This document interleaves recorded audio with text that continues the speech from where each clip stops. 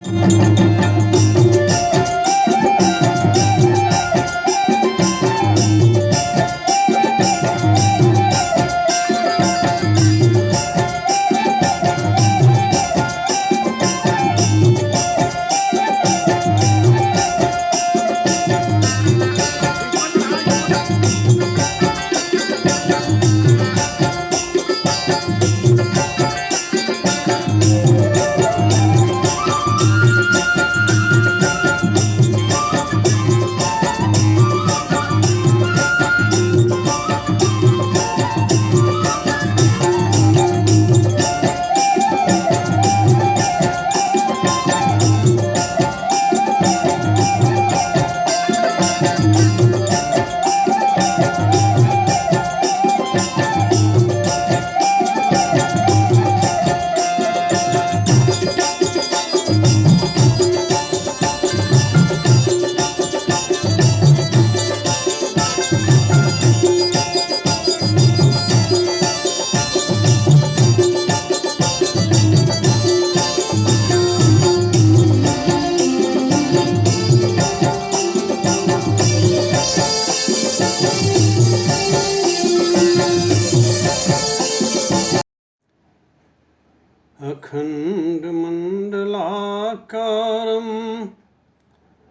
व्याप्तं येन चराचरं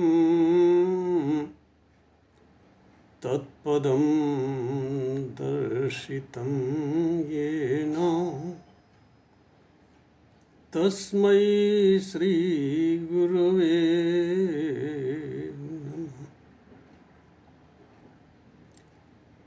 माता रामो मत्पिता रामचन्द्रः स्वामी रामो मत्सखा रामचन्द्रः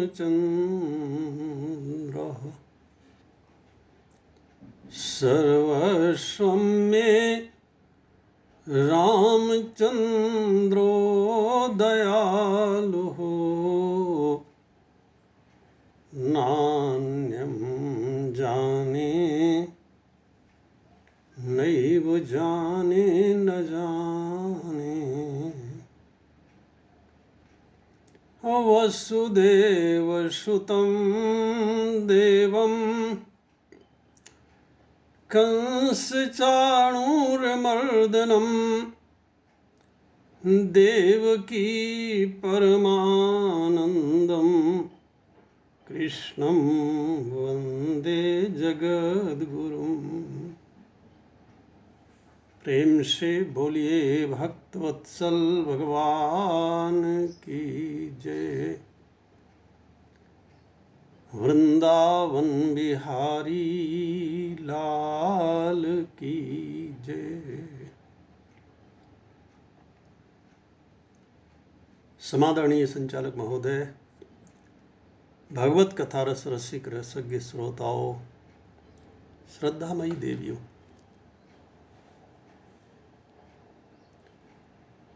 आइए आज का बहुत सुंदर विषय है भगवत भक्ति से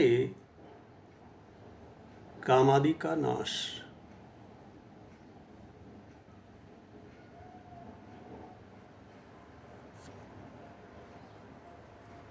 सो भगवान की भक्ति हम क्यों करें? कोई भी ये पूछ सकता है कि भगवान की भक्ति से मुझे क्या मिलेगा, मैं भगवान की भक्ति क्यों करूं? तो उससे ये कहा जा सकता है कि क्या आपको अपने इतने जीवन में शांति की प्राप्ति हुई? जिसे सच्चा सुख कहते हैं वो सच्चा सुख मिला? क्या जीवन में एक क्षण के लिए भी कभी ऐसा लगा कि बस मैं धन्य हो गया और अब मेरे जीवन में कभी कोई दुख आने वाला नहीं है? यदि ऐसा नहीं हुआ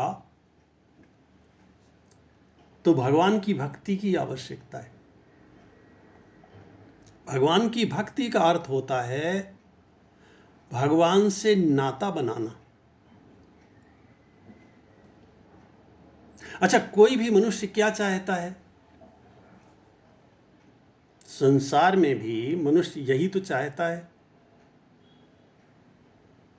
कि मेरा बड़े लोगों से संबंध बन जाए।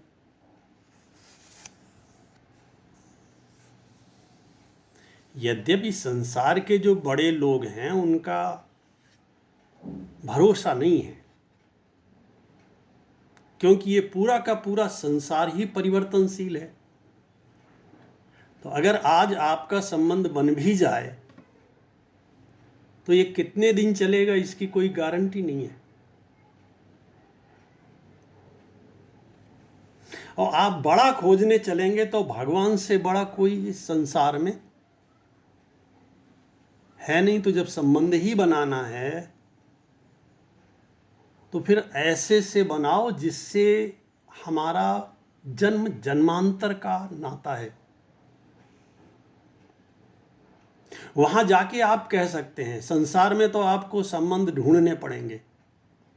आप कौन हो? बोले साहब वो उनके उनके और उनके उनके और फिर उनके मामा और फिर उनके ताऊ फिर उनके बेटे हैं।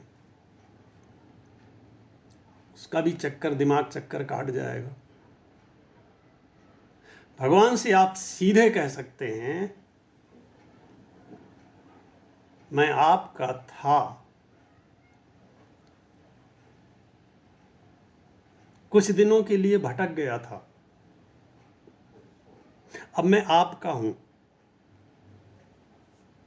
और आप ही मेरे हो। देखो, अगर एक भी बात आपको ऐसी लगे मेरी ये ठीक नहीं है तो आप अपना माइक खोल करके बात कर लीजिएगा।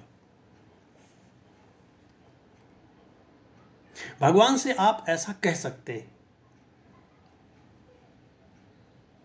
मैं भटक गया था, अब मैं आपके पास आया।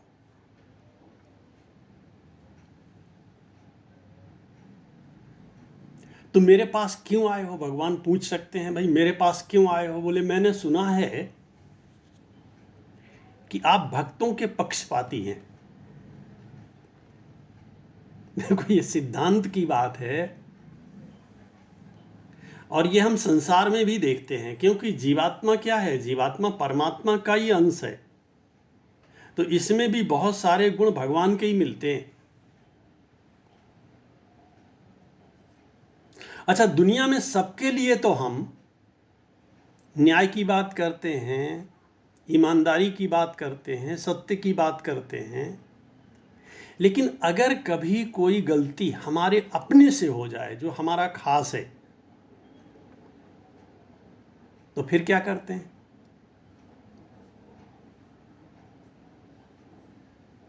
उस गलती को छिपाने का प्रयास करते हैं। अभी तक तो हम ईमानदार थे, लेकिन अब अपने ने गलती किया है, जो मेरा अपना है। यही तो भगवान करते हैं। अच्छा, हमने कितनी गलतियां किया है इसका कोई हिसाब है? बहुत सारी। तुलसीदास जी महाराज ने एक ऐसी बात लिख दी थी रामचरितमानस में जिसे पढ़ करके किसी का भी दिमाग घूम जाए।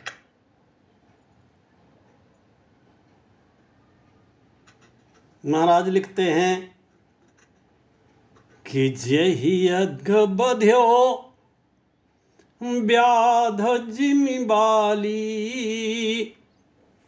फिर सुकंठ सोई कीन्ह कुचाली। जेहि अघ बध्यो, जिस पाप के कारण बाली को पहेलिए की तरह मारा, छिप करके मारा। और जब बाली ने पूछा कि कारण कौन नाथ मोहि मारा, तो राम जी बताते हैं, अनुज वधु भगनी सुत नारी, सुन सठ कन्या सम ए चारी, इन्हीं कुदृष्टि विलोके जोई, ताहि बधे कछु पाप न होई। जो अपराध बाली ने किया था, फिर सुकंठ सोई, कीन्ह कुचाली। बाली के भाई सुग्रीव ने भी फिर वही अपराध किया, वैसा ही अपराध किया, और उससे थोड़ा और बड़ा अपराध किया, क्योंकि बड़े भाई की पत्नी तो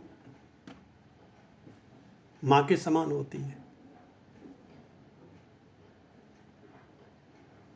और सोई करतूत विभीषण केरी, शब्द अर्थ दे रहा है।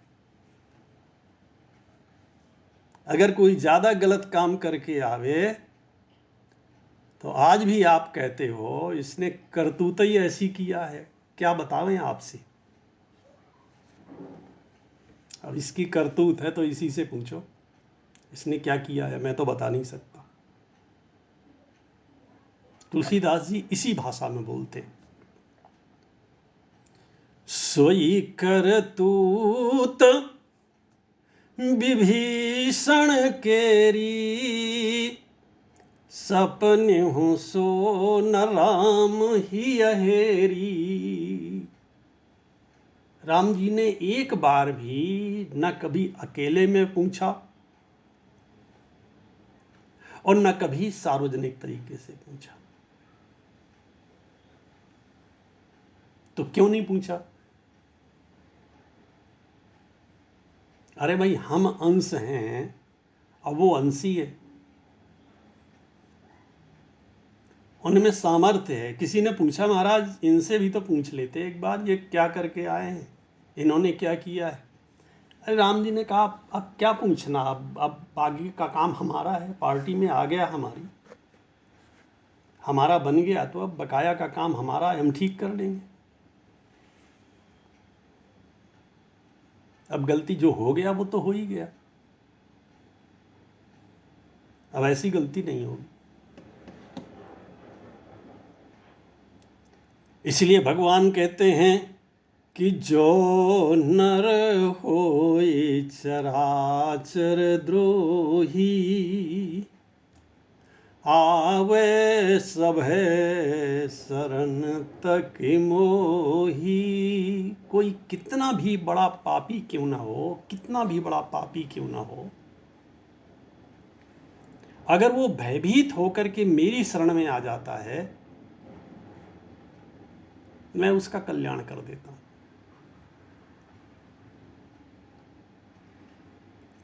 इसलिए हमें भगवान की भक्ति करनी चाहिए।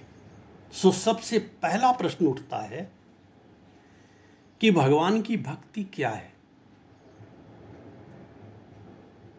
उसका स्वरूप क्या है। जब तक हम जानेंगे नहीं तब तक हम भगवान की भक्ति कैसे करेंगे। अगर सरल शब्दों में पूछें तो मन की जो भावधारा, मन की जो प्रेम धारा संसार की ओर बह रही है,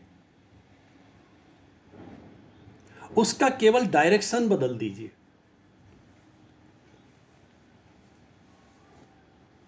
उसी को भगवान की ओर कर दीजिए।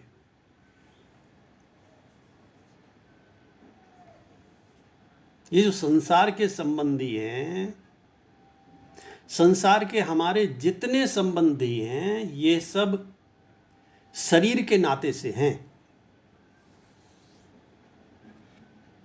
कि नहीं है। ये शरीर जिससे पैदा हुआ वे माता पिता, और इस शरीर से जो पैदा हुए वे पुत्र और पुत्री। डायरेक्ट संबंधी तो यही है ना।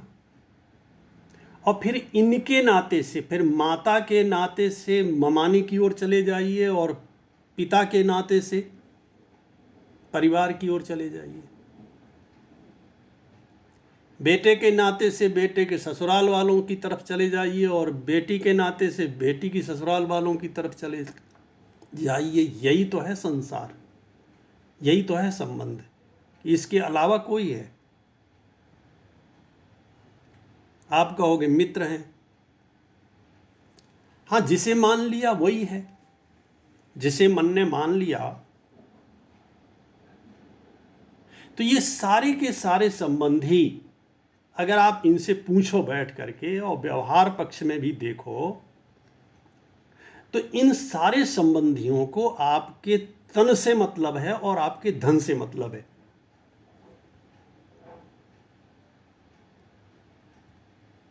कि आपके आत्मा से मतलब है।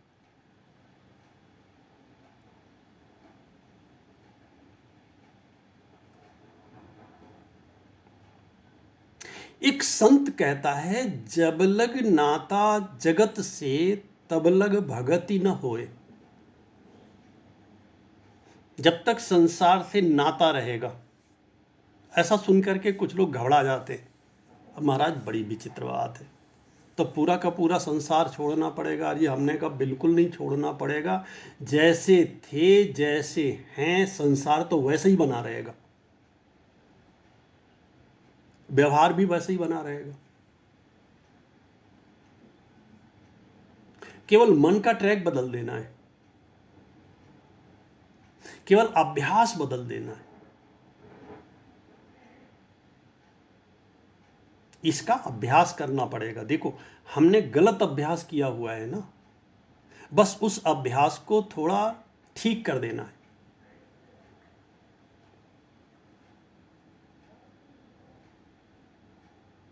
अगर मिथ्या अभ्यास हो सकता है तो सत्य अभ्यास क्यों नहीं हो सकता? बार बार इसका चिंतन करना है। और इसकी परिस्थितियां समाज आपको देता है, परिवार आपको देता है, घर आपको देता है, और जिसे आप अपना मानते हैं वो 1000 बार देते हैं, और जिन्हें जितना अपना मानते हैं वो सबसे ज्यादा देते हैं। लेकिन इस जीव की मूर्खता की कोई सीमा नहीं है, ये उन सबको इग्नोर कर देता है।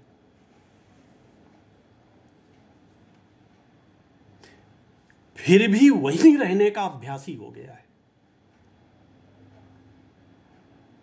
सो देवर्षि नारद कहते हैं, सातु अस्मिन परम प्रेम रूपा। भगवान से खूब प्रेम करो। बोले महाराज होता नहीं है, ये तो कहां से होगा? जो सामर्थ्य है, जो प्रेम की धारा है, वो धारा तो गलत दिशा में बह रही है ना। अपने चिंतन को जागृत करो। ये मूर्खता का निर्णय नहीं है, ये मूर्खों का निर्णय भी नहीं है।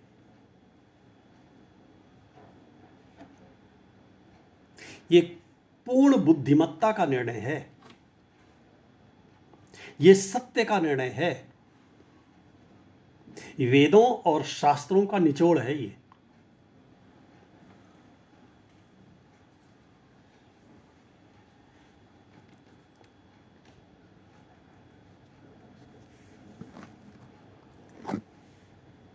तो सातु अस्मिन परम प्रेम रूपा, भगवान से प्रेम करना, यह है उसका वास्तविक स्वरूप।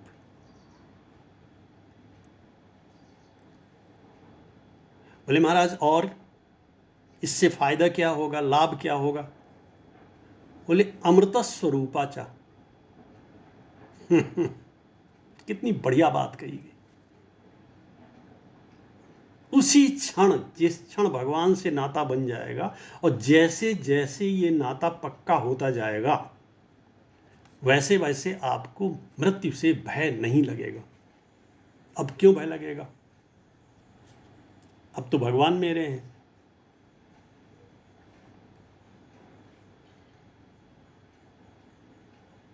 तुलसीदास जी महाराज ने ये जो 2 सूत्र हैं नारद भक्ति सूत्र के, इन दोनों सूत्रों से बढ़िया बढ़िया शब्दों को निकाला। एक तो प्रेम को लिया, सातु अस्मिन परम प्रेम रूपा, दूसरा अमृत को लिया। किसी ने कहा कि भरत जी की विशेषता तो बताइए। बोले अब क्या बताएं तुम्हें भरत जी की विशेषता। ये भरत जी तो ऐसे हैं कि बस इनमें प्रेम है, और ऐसा प्रेम है जो अमृत स्वरूप है, जिसमें अब बदलाव आ ही नहीं सकता। और वे लिखते हैं कि सिया राम प्रेम पीयूष पूरन। एक शब्द और जोड़ा, पूरण। पूरण माने अब उनके जीवन में किसी भी प्रकार की रंच मात्र अभाव की अनुभूति नहीं है। संसार में लोगों को ये नहीं है, ये नहीं है, ये नहीं है, ये चाहिए, ये चाहिए, ये चाहिए, एक लंबी लिस्ट होती है। ऐसे भक्त से पूछो तुम्हें क्या चाहिए, वो कहेगा मुझे कुछ नहीं चाहिए।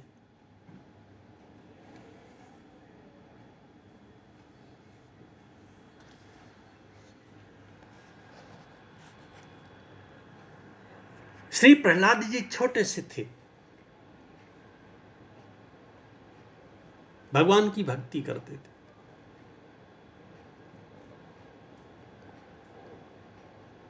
और भगवान की भक्ति करते करते देखो, जो जिसकी भक्ति करता है, जो जिसका चिंतन करता है, वह वैसा ही हो जाता है।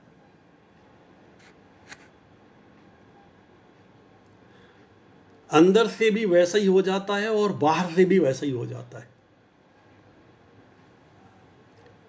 सो प्रहलाद जी ने इतनी भक्ति किया भगवान की, इतनी भक्ति किया कि प्रहलाद जी का अंतःकरण पूरी तरह से निर्मल हो गया, क्योंकि भगवान पूर्ण है। सो भक्त में भी पूर्णता की अनुभूति होती है। मुझे कुछ नहीं चाहिए और मुझे किसी वस्तु की आवश्यकता नहीं है, ऐसी अनुभूति होती है। ऐसी अनुभूति क्यों होती है? क्योंकि भगवान है आनंद रूप। आनंद का चिंतन करते करते उसका मन, उसकी बुद्धि और उसकी आत्मा उस आनंद में डूब जाती है। जिसका मन, बुद्धि और आत्मा आनंद में डूब गया हो, वो क्या मांगेगा संसार से, क्या चाहिए उसे?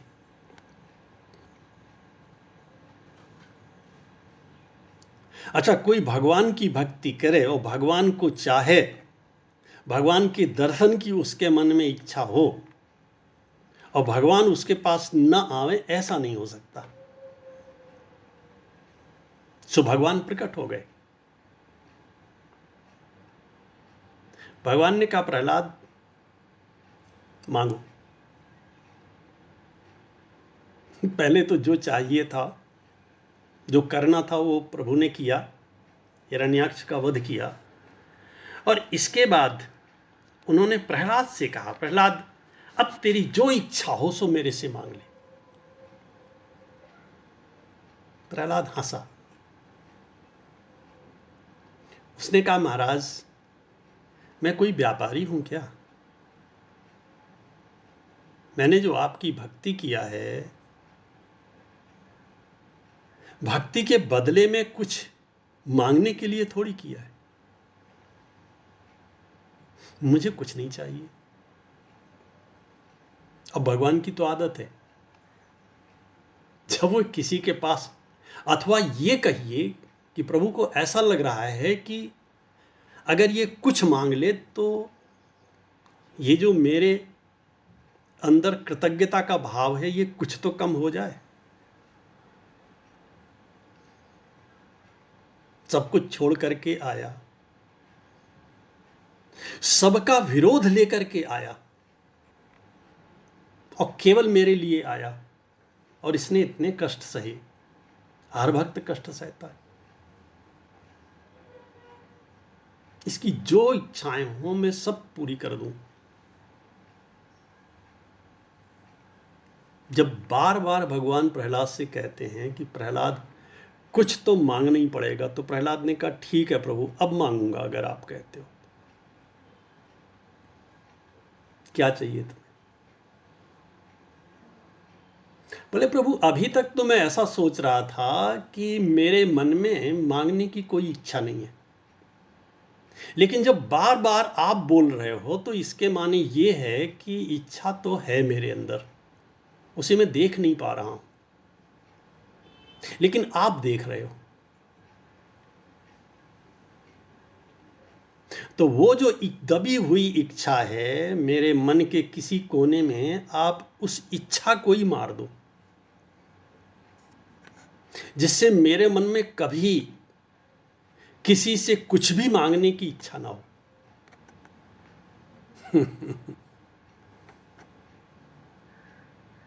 जग जाचिए को न जाचिए तो एक जाचिए जान की जान नहीं रे।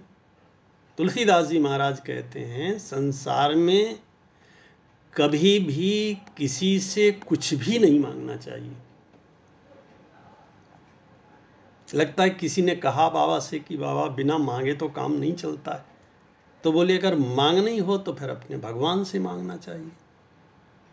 जिसकी पूजा करते हो, जो सामर्थ्यवान है और जिससे नाता बनाए हुए हो, फिर मांगना है तो उससे मांगो। उस व्यक्ति ने का क्या फर्क पड़ता है, वस्तु मिलनी चाहिए, उससे मिले या भगवान से मिले, क्या फर्क पड़ता है। गोस्वामी जी कहते हैं बहुत फर्क पड़ता है। अगर संसार के लोगों से मांगोगे तो जिंदगी भर मांगते रहोगे, मांग कभी पूरी नहीं होगी। और भगवान से मांग दिया और भगवान ने एक बार दे दिया तो फिर कभी किसी से मांगने की आवश्यकता ही नहीं पड़ेगी।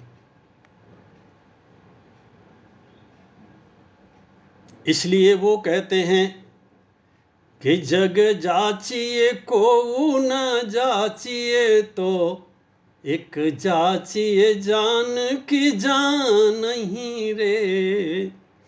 जेहि याचत याचकता जरी जाए जो जारत जोर जहां नहीं रे। इसलिए भक्त का जब भगवान से संबंध बनता है तो सबसे पहले व्यक्ति के मन में जो मांगने वाली इच्छा होती है, इच्छा समाप्त हो जाती है। ये इच्छा तब तक रहती है जब तक वो आधा संसार का रहता है और कभी कभी भगवान के पास भी पहुंच जाता है। इसलिए देवर्षि नारद कहते हैं सा न कामय माना। वो जो भक्ति है, भक्ति का आरंभ वहीं से होता है जहां से मनुष्य के मन की समस्त कामनाओं का विनाश हो जाता है। जब तक मन में किसी भी प्रकार की इच्छा है, वो चाहे भगवान से ही क्यों न मांगे। इसका अर्थ क्या है? इसका अर्थ यह है कि भगवान भी सामने खड़े हैं और फिर भी वो भगवान से क्या मांग रहा है? कुछ मांग रहा है।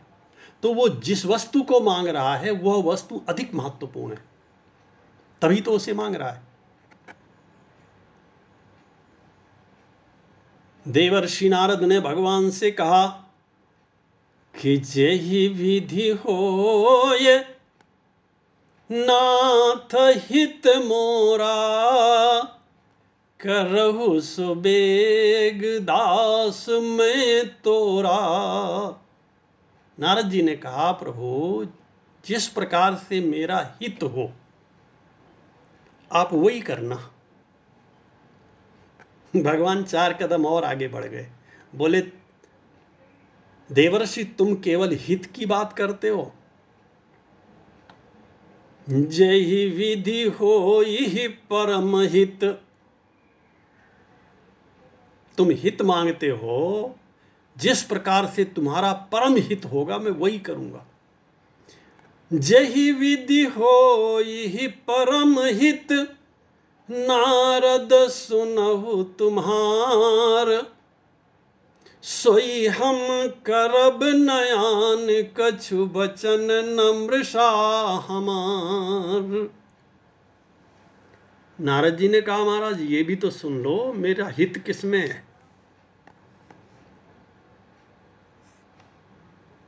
इसके माने क्या हुआ?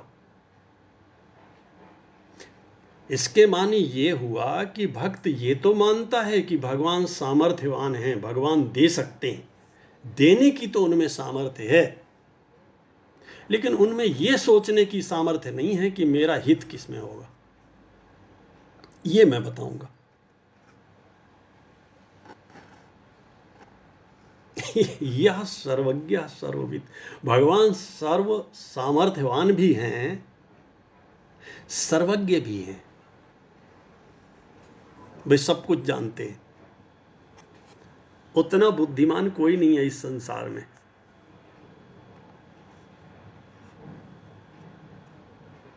सो नारद जी ने बता दिया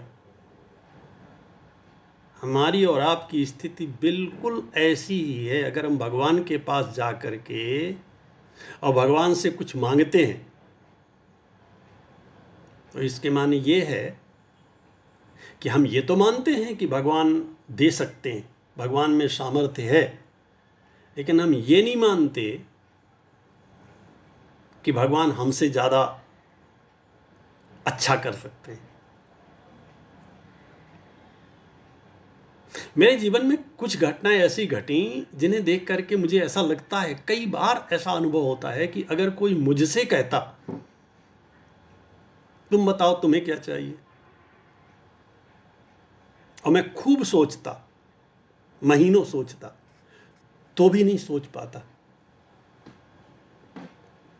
सोच ही नहीं पाता, मेरा दिमाग ही उधर नहीं जाता। भगवान से कभी ये मत बोलो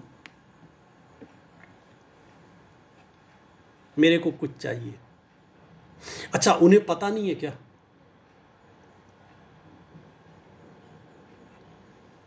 तुलसीदास जी महाराज लिखते हैं, अंतरयामी प्रभु सब जाना। अंतर्यामी शब्द का अर्थ होता है जो अंदर से नियमन करता है, जो अंदर बैठा भी है। सबसे अंदर कौन बैठा है? सबसे अंदर भगवान बैठे हुए हैं।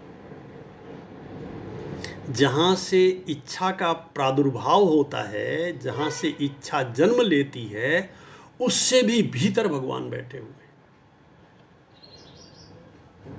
तो उन्हें तो सब पता है, उनसे क्या छिपा हुआ है। और अगर उन्हें सब कुछ पता है, जरूरत है केवल उनसे नाता बन जाने की, उनसे संबंध बन जाने की। एक बार संबंध तो जन्म जन्मांतर का है। ये जीव बिछुड़ गया है या भूल गया है?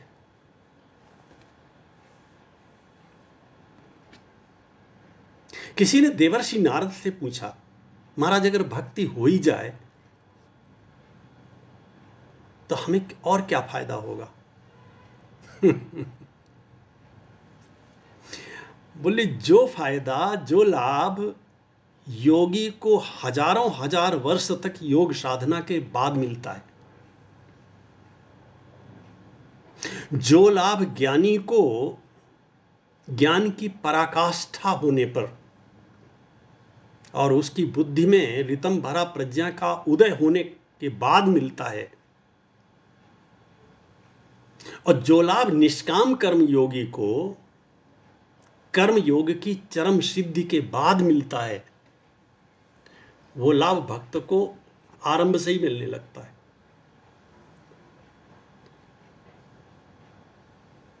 महाराज क्या मिलता है, कुछ तो बताइए।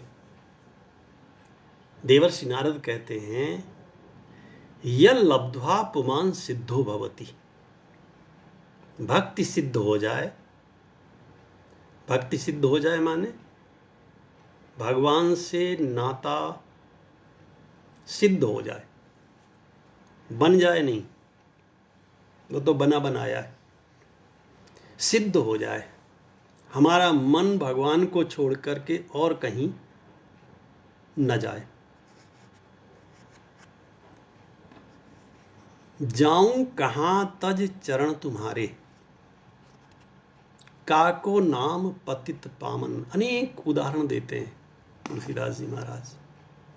काको नाम पतित पावन, जग के ही अति दीन प्यारे। प्रभु आपको छोड़ करके अगर कहीं जाऊंगा, लोग मेरे गुण तो देखेंगे, साथ ही साथ दोष भी देखेंगे। मेरा उद्धार करने की सामर्थ्य आपको छोड़ करके और किसी में नहीं है।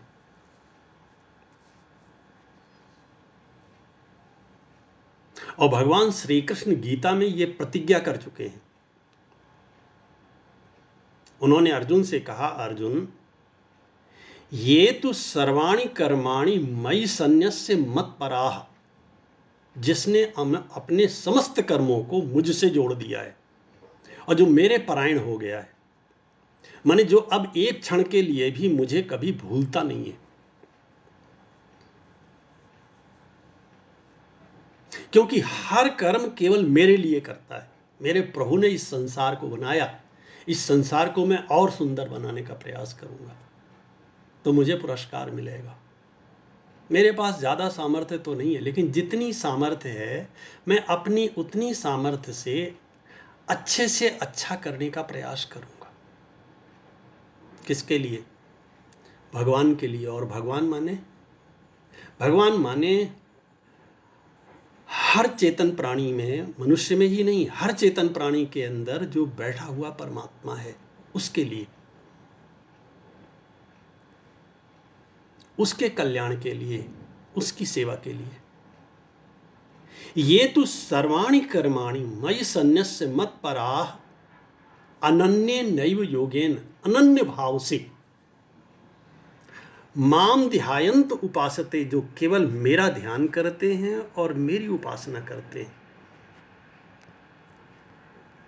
महाराज आप क्या करते हैं? बोले तेसाम अहम समुद्धरता मृत्यु संसार सागरात। मृत्यु रूपी संसार सागर से मैं उनकी बांह पकड़ करके उन्हें ऊपर उठा लेता हूं।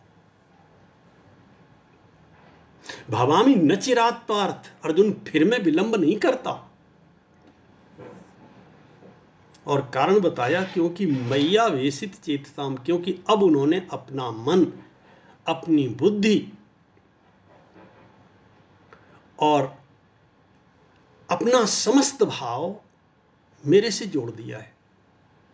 इसलिए अब वो पूरी तरह से मेरा हो गया। अगर डूब जाएगा लोग कहेंगे भगवान की इतनी भक्ति करता था, क्या हुआ उसका? भगवान अपने भक्त को नहीं बचा पाए, हमें आपको क्या बचाएंगे? इसलिए भगवान कहते हैं तेसाम अहम समुद्धरता, ऐसे व्यक्ति को मैं उठा लेता हूं, फिर उसे संसार सागर में डूबने नहीं देता, अर्थात दुख के सागर से फिर उसे बाहर कर लेता हूं, अपने में मिला लेता हूं, अपने जैसा बना लेता हूं। और भगवत गीता में यह भगवान की प्रतिज्ञा है।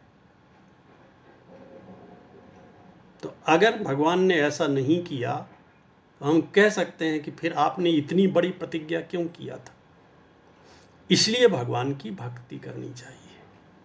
भगवान की भक्ति से काम, क्रोध, लोभ, मोह, मद, मात्सर्य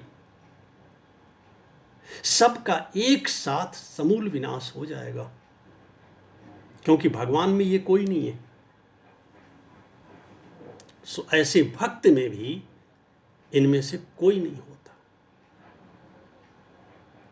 प्रेम से बोलिए भक्त वत्सल भगवान की जय। वृंदावन बिहारी लाल की जय।